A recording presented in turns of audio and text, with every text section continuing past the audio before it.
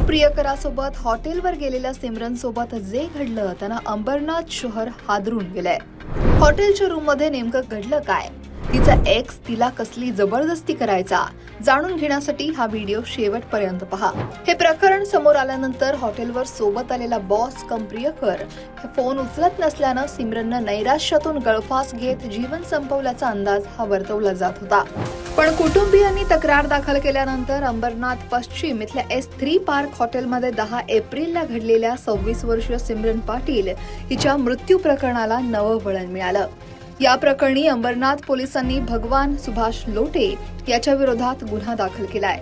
मयत सिमरनची आई रजनी पाटील यांच्या तक्रारीवरून ही कारवाई करण्यात आली. पोलिसांनी दिलेल्या माहितीनुसार आरोपी भगवान लोटे यानं सिमरनला प्रेमसंबंधातून आपल्या जाळ्यात ओढलं. त्यानंतर आपल्या कार्यालयात अकाउंटंट म्हणून नोकरीला ठेवलं. तिच्याकडून कथितपणे बेकायदा आर्थिक व्यवहार करून घेतले जात होते असा आरोप तक्रारीत आहे. व्यावसायिक असलेला हा प्रियकर अवैध मनी लॉन्ड्रिंग करण्यासाठी भाग पाडायचा असा आरोप आहे. सिमरननं हे काम सोडण्याचा निर्णय घेतल्यावर आरोपीनं तिला वारंवार धमक्या दिल्या, मानसिक त्रास दिला असंही तक्रारीत नमूद करण्यात आलंय. दिनांक 10/4/2026 रोजी S3 पार्क या ठिकाणी मयत मुलगी सिमरन उमेश पाटील याने आत्महत्या केल्यावरून अंबरनाथ पोलीस स्टेशन या ठिकाणी ADR दाखल झालेला होता. आज रोजी त्याचाच ADRचा तपास चालू असताना आज रोजी त्या मयत मुलीची आई सौ रजनी उमेश पाटील राहणार जवसे यांनी दिलेल्या तक्रारी अर्जावरून इसम नामे भगवान सुभाष लोटे यांच्याविरुद्ध आत्महत्येस प्रवृत्त केल्याचा गुन्हा दाखल करण्यात आलेला आहे. सिमरन उमेश पाटील ही भगवान सुभाष लोटे यांची एम्प्लॉई होती. ती त्यांच्या कंपनीमध्ये अकाउंटंट म्हणून काम करत होती आणि ती काम सोडण्यासाठी तयार असताना किंवा त्याला काम सोडण्याची इच्छा होती त्यावेळेस भगवान लोटे यांनी त्यांच्यावर दबाव आणलेला होता. त्यांना धमकी देत होते काम सोडू नये म्हणून. आणि त्यांचा मनी लॉन्ड्रिंगचा देखील एक व्यवसाय होता.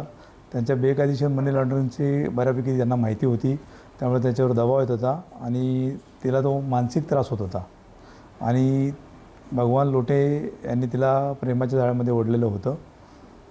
या कारणावरून तिने ते आत्महत्या केली असं निष्पन्न झालेलं आहे.